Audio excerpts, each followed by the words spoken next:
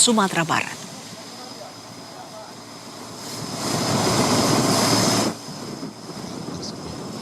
Pada PP tersebut juga mencantumkan terkait dengan upah minimum sektoral, ya, baik provinsi, kota, kabupaten.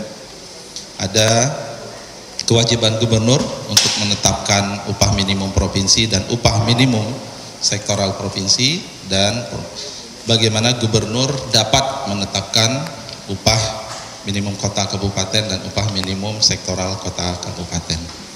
Dan semoga PP ini adalah hasil yang terbaik, ya, bagaimana kita mempertimbangkan aspirasi dari serikat pekerja, serikat buruh, dengan juga mempertimbangkan masukan-masukan dari industri, ya, dan kami berharap inilah yang terbaik dan bisa kita jadikan sebagai patokan.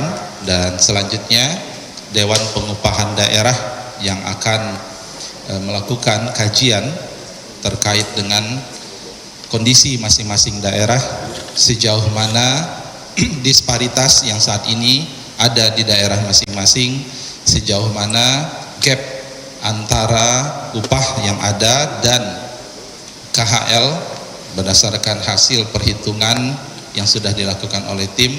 Kemudian Dewan Pengupahan Daerah yang akan mengusulkan kepada pimpinan daerah masing-masing untuk kemudian ditetapkan oleh gubernur. Itu batas waktu tanggal 24 Desember 2025. Tadi formula tidak ada yang berubah dari formula, bahwa kenaikan upah sama dengan inflasi ditambah pertumbuhan ekonomi dikali alfa. Alfa inilah yang diputuskan oleh Pak Presiden, nilainya 0,5 sampai 0,9, ya. Dan alfa kita maknai sebagai kontribusi tenaga kerja terhadap pertumbuhan ekonomi dan instrumen bagi daerah untuk melakukan adjustment ketika disparitas atau gap dengan upah yang ada saat ini, apakah terlalu rendah atau terlalu tinggi, ya. Dan juga jangan lupa bahwa PP tersebut, ya, sudah mempertimbangkan atau menggambarkan komitmen pemerintah dalam menindaklanjuti hasil keputusan MK.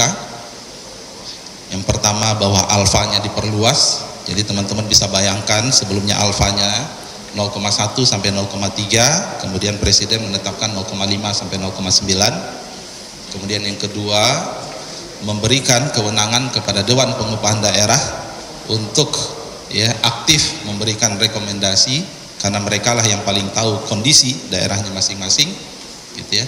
Dan ada pertimbangan terkait dengan KHL. Demikian, rasanya cukup, ya. Ya, satu-satu boleh. Saya Putu Indah, Pak, dari Antara. Mau tanya, untuk pertumbuhan ekonomi itu apakah mempertimbangkan pertumbuhan ekonomi daerah yang negatif, Pak, di tahun-tahun itu? Dan untuk pertumbuhan ekonomi daerah yang negatif itu dari Kemenaker sendiri gimana? Apakah UMP-nya nggak bakal naik atau justru turun? Kemudian apakah soal inflasi itu menggunakan year on year September? Terima kasih. Ya, inflasi sesuai dengan definisi yang tertulis di PP year on year. Kemudian yang kedua, tidak ada tentu istilahnya upahnya turunnya, karena formulanya tadi adalah inflasi ditambah pertumbuhan ekonomi kali alfa. Jadi kalau pertumbuhan ekonominya negatif, maka Dewan Pengupahan Daerah tentu mempertimbangkan kenaikan berdasarkan kepada inflasi. Tapi itu kita serahkan kepada Dewan Pengupahan Daerah, dan kami sangat yakin Dewan Pengupahan Daerah punya data, gitu, ya, tahu pertumbuhan ekonomi itu tinggi, kalau itu tinggi disebabkan oleh apa, kemudian sektor mana yang kemudian yang lebih dominan, dan kami juga melakukan koordinasi dan coaching kepada Dewan Pengupahan Daerah. Pak, izin, tadi kan ada rapat bersama Kemendagri juga, ya, terkait persiapan, apalagi ini kan masih kewenangannya ada di daerah. Itu mungkin bisa disampaikan, Pak, kesimpulannya apa saja? Ya, makasih, ini bagus. Jadi tadi pagi kami sudah melakukan sosialisasi kepada para pimpinan daerah, difasilitasi oleh Kementerian Dalam Negeri. Jadi kita sangat apresiasi Mendagri Bapak Prof Tito Karnavian yang sudah mensupport, memfasilitasi kita, sehingga tadi pagi forum yang sangat penting kami mensosialisasikan kepada para gubernur, dan kemudian hadir juga para bupati dan wali kota se-Indonesia. Ya, ada beberapa yang kemudian kepala dinas ketenagakerjaan atau yang terkait ketenagakerjaan juga hadir, dan itu adalah salah satu upaya kami untuk segera mensosialisasikan.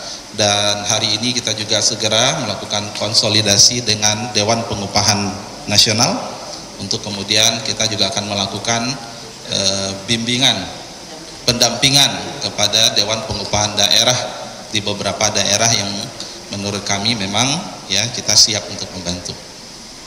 Prof. Pak, usai kemarin diumumkan alfanya, beberapa dari buruh merasa bahwa hal itu terlalu mudah, Pak. Dari Kemnaker sendiri melihatnya seperti apa? Lalu untuk potensi kenaikannya sendiri mungkin alfanya sudah terlihat ya Pak, diperlihatkan. Tapi untuk persentasenya sendiri apakah bisa diberi kisi-kisi Pak? Ya, jadi tentu suatu kebijakan kita sudah mempertimbangkan banyak hal ya. Jadi aspirasi buruh dan bekerja sudah sangat kami pertimbangkan. Makanya tadi di forum sosialisasi di Gubernur saya sampaikan bagaimana perhatian yang sangat luar biasa dari Pak Presiden Prabowo pada teman-teman buruh. Tahun lalu 6,5%. Kita punya penebalan manfaat JKP bagi yang PHK masih mendapatkan upah 60% selama 6 bulan. Bagaimana beliau hadir pada saat May Day. Bagaimana kemudian BSU untuk 15 juta pekerja.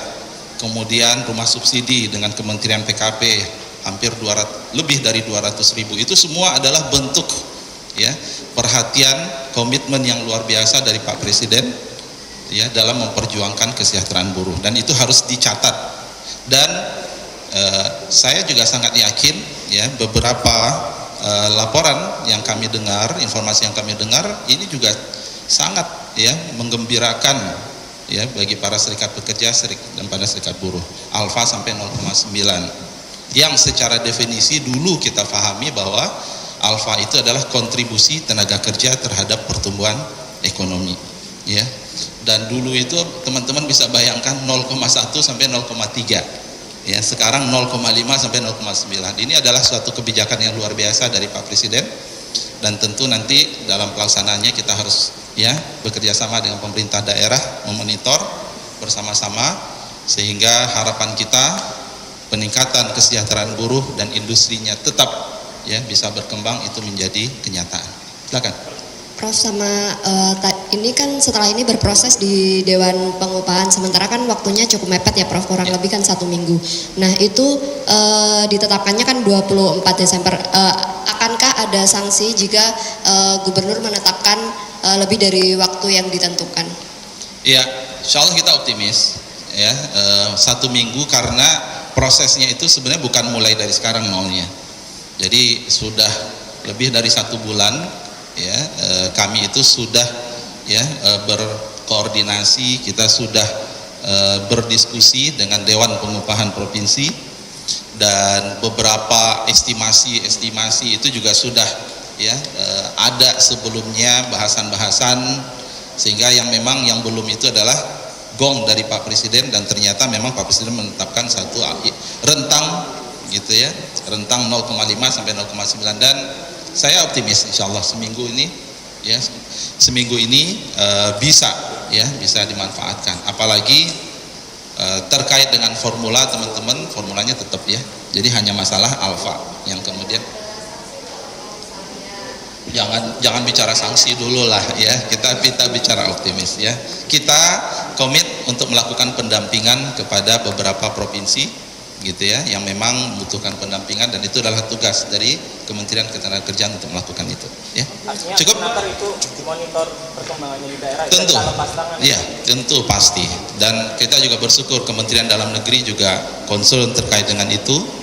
Sebelumnya jangan lupa proses penyusunan PP itu bukan hasil satu dari kementerian, ada harmonisasi, bagaimana Polri juga terlibat Saya juga mengucapkan terima kasih kepada BPS ya, kemudian ada DEN, kemudian Mensesnek ya yang juga banyak membantu, Kementerian Hukum. Nah, ini adalah kolaborasi bersama, dan tadi sekaligus ini juga PP, keputusan dari Pak Presiden ya dengan kebijakan beliau, dan tentu ini harus kita tindak lanjuti, kita laksanakan. Cukup?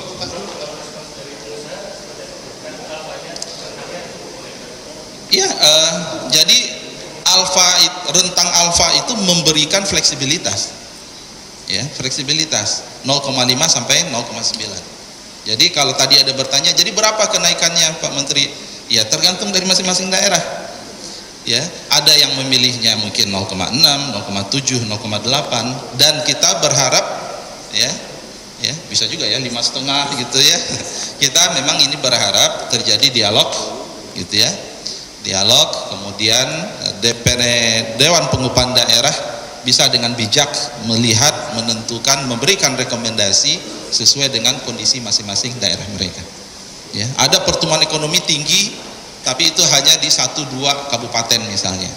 Tentu akan berbeda kasusnya ketika pertumbuhan ekonominya lebih merata, gitu ya. Nah, inilah yang menurut saya amanat dari MK, dan memang demikianlah harusnya. Jadi jangan basisnya itu tahun lalu.